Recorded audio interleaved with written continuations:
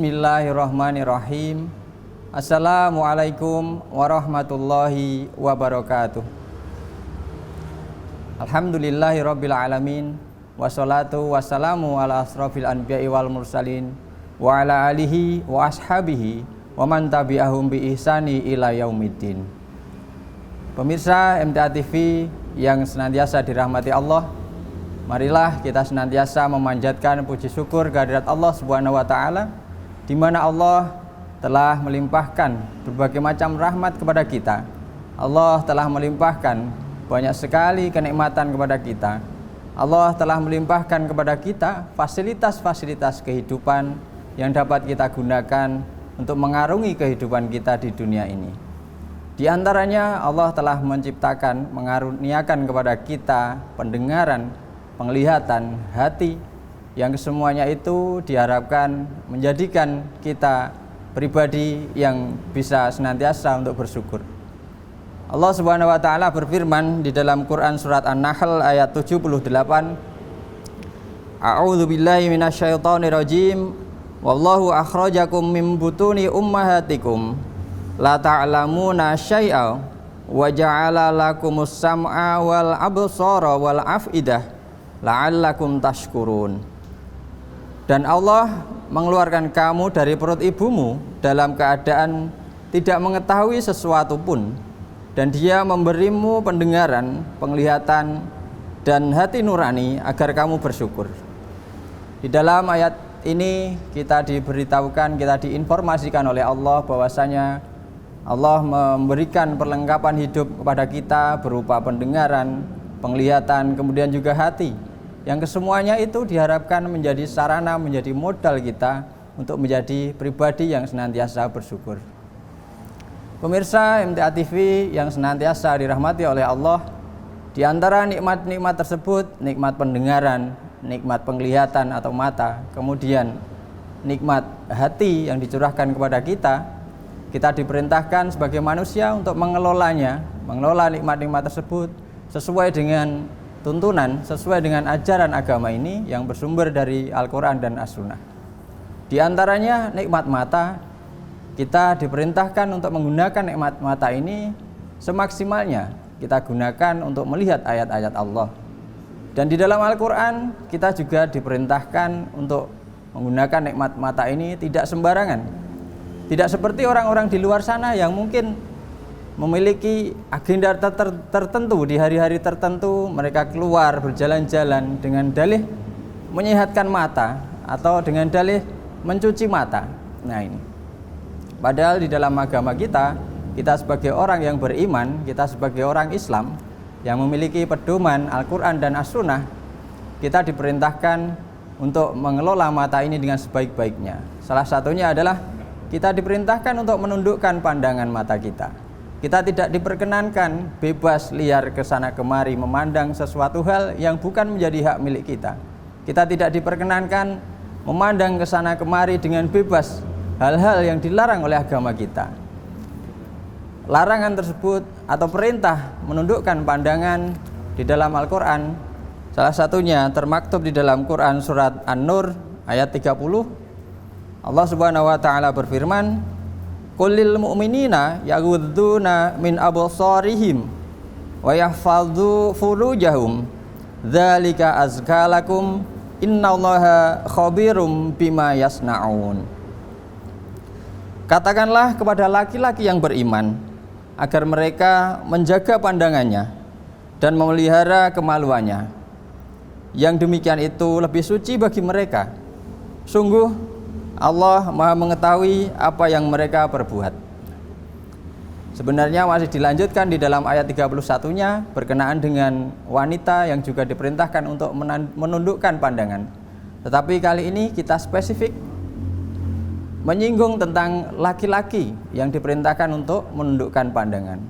Karena sebagian besar laki-laki nafsu syahwatnya yang timbul dari pandangan itu lebih besar daripada wanita. Tentu saja rambu-rambu ini yang pertama kali menerima adalah seorang laki-laki. Seorang laki-laki diperintahkan untuk menundukkan pandangan.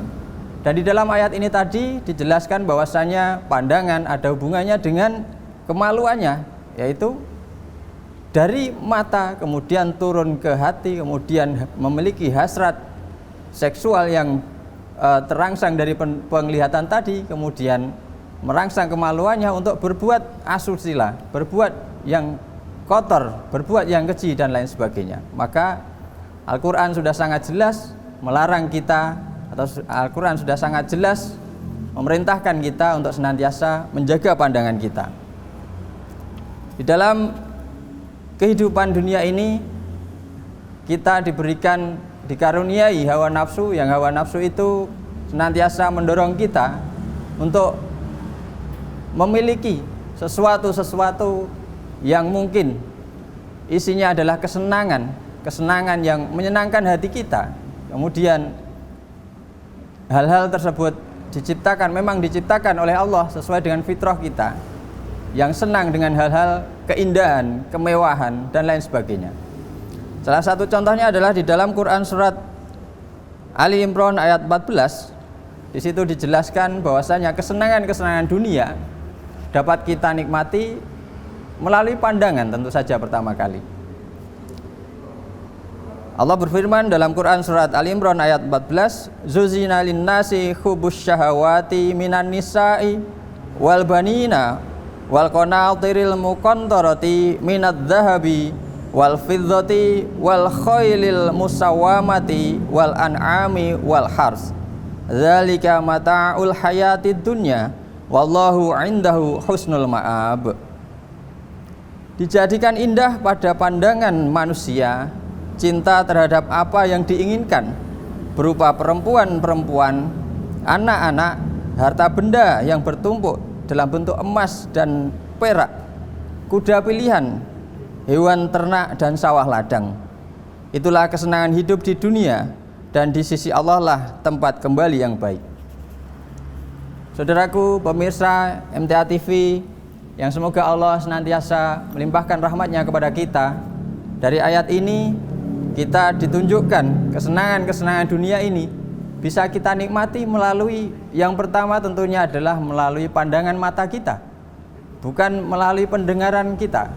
Karena melalui mata kita bisa mengetahui, kita bisa menilai keindahan segala sesuatu melalui corak warna-warninya, melalui bentuk kemolekannya, melalui bentuk kegagahannya dan lain sebagainya. Itu hanya bisa kita nikmati dengan mata kita. Tidak bisa kita nikmati dengan sekedar mendengarkan penjelasan seseorang bahwasanya seorang di sana ada kendaraan yang mewah demikian. Kita tidak akan puas tanpa kita melihatnya. Nah, di sini kembali Allah menyebutkan dalam ayat ini bahwasanya yang menjadikan indah itu karena ada anugerah penglihatan di dalam mata kita. Di dalam agama kita, di dalam Al-Quran tadi sudah dijelaskan bahwasanya kita diminta untuk senantiasa menjaga pandangan kita, menundukkan pandangan kita. Kalau di dalam ayat ini tadi yang pertama disebutkan adalah terhadap wanita. Tentu saja yang menjadi sasaran kembali lagi adalah laki-laki. Laki-laki fitrahnya pertama kali pasti senang terhadap wanita. Ketika ada laki-laki dihadapkan dengan harta kemewahan, pasti dia pertama kali cita-citanya adalah meraih wanita. Itu sudah fitrah dari Allah, sesuai dengan relevan dengan ayat ini tadi. Maka saudaraku, Rasulullah pun sampai berpesan bahwasanya ketika kita melihat wanita di jalan, kita secara tidak sengaja kita melihatnya, kita dilarang untuk terus memandang terus-menerus. Kita diperintahkan untuk mengalihkan pandangan kita dari terus-menerus memandang barang yang haram tadi. Karena apa? Karena wanita yang kita pandang di jalan itu hakikatnya ada juga pada istri kita, yang ada di rumah. Nah ini bagi suami. Bagaimana bagi para remaja putra atau bagi pemuda-pemuda yang belum menikah?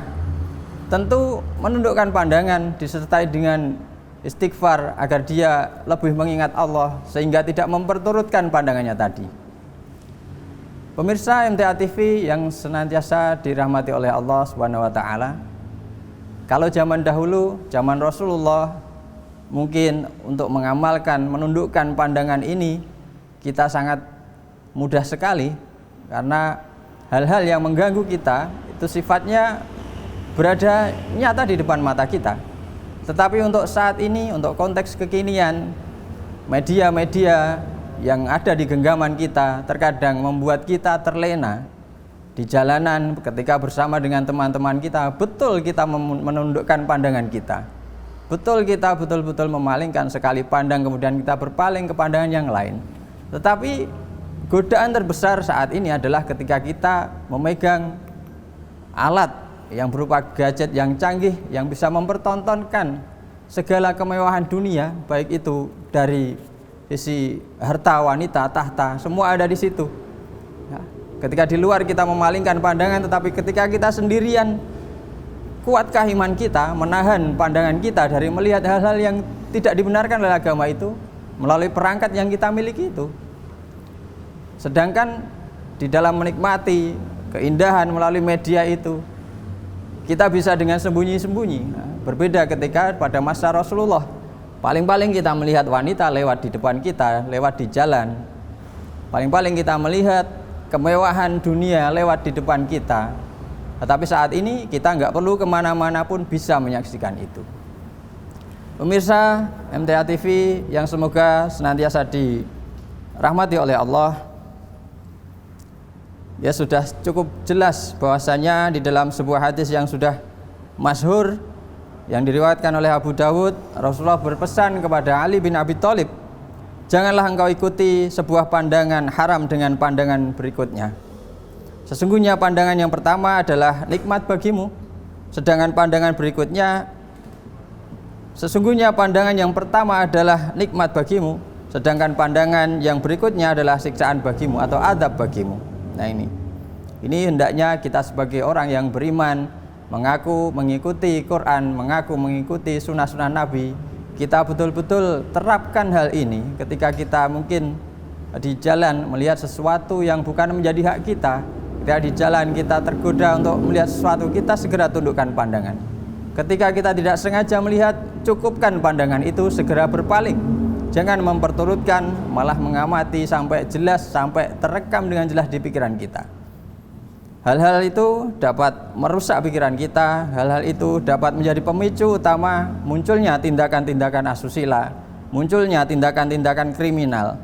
Semuanya berawal dari pandangan mata kita. Bayangkan saja ketika kita, seorang suami misalnya sudah memiliki istri di rumah, istri yang setia, tetapi di jalan kita tergoda oleh penampilan, kemolekan wanita lain, mungkin kita tergoda dan kita tidak kuat iman, kita malah memperturutkan hawa nafsu. Apa yang terjadi? Yang terjadi adalah kehancuran di dalam diri kita. Sekalipun mungkin istri kita tidak tahu, tetapi jika itu berlangsung terus-menerus, pasti lama-lama Allah akan membukanya dan pasti akan diketahui oleh istri kita. Dan akibatnya pasti kehancuran akan menimpa pada keluarga kita. Ini hal tentang wanita. Kemudian tentang hal duniawi yang lain, kita apabila pandangan mata kita susah berpaling dari kemewahan dunia, misalkan kita melihat kendaraan yang lebih bagus dari milik kita, atau mungkin barang yang lebih bagus dari milik kita, kita perhatikan dengan mata kita, kemudian kita terkecoh untuk memilikinya, apa yang terjadi? Tindakan kriminal yang akan terjadi. Kita akan berusaha merebut barang itu untuk menjadi milik kita dengan cara apapun menjadi milik kita. Demikianlah saudaraku, ya, menundukkan pandangan sangat penting untuk kita lakukan di dalam menjalani kehidupan di dunia ini. Terlebih di momen bulan Ramadan saat ini, kita sangat mudah sekali menerima pendidikan agama, sehingga hal-hal seperti ini bisa membentengi kita. Hal-hal seperti ini bisa mengingatkan kita tentang bagaimana kita mensyukuri nikmat Allah. Salah satunya adalah dengan menjaga pandangan kita, salah satunya adalah dengan menundukkan pandangan kita, salah satunya adalah dengan membatasi, salah satunya adalah dengan menggunakan nikmat mata ini untuk melihat ayat-ayat Allah. Demikian yang dapat kami sampaikan pada kesempatan kali ini. Semoga ada manfaatnya bagi kami dan bagi pemirsa sekalian. Kami akhirul kalam. Wassalamualaikum warahmatullahi wabarakatuh.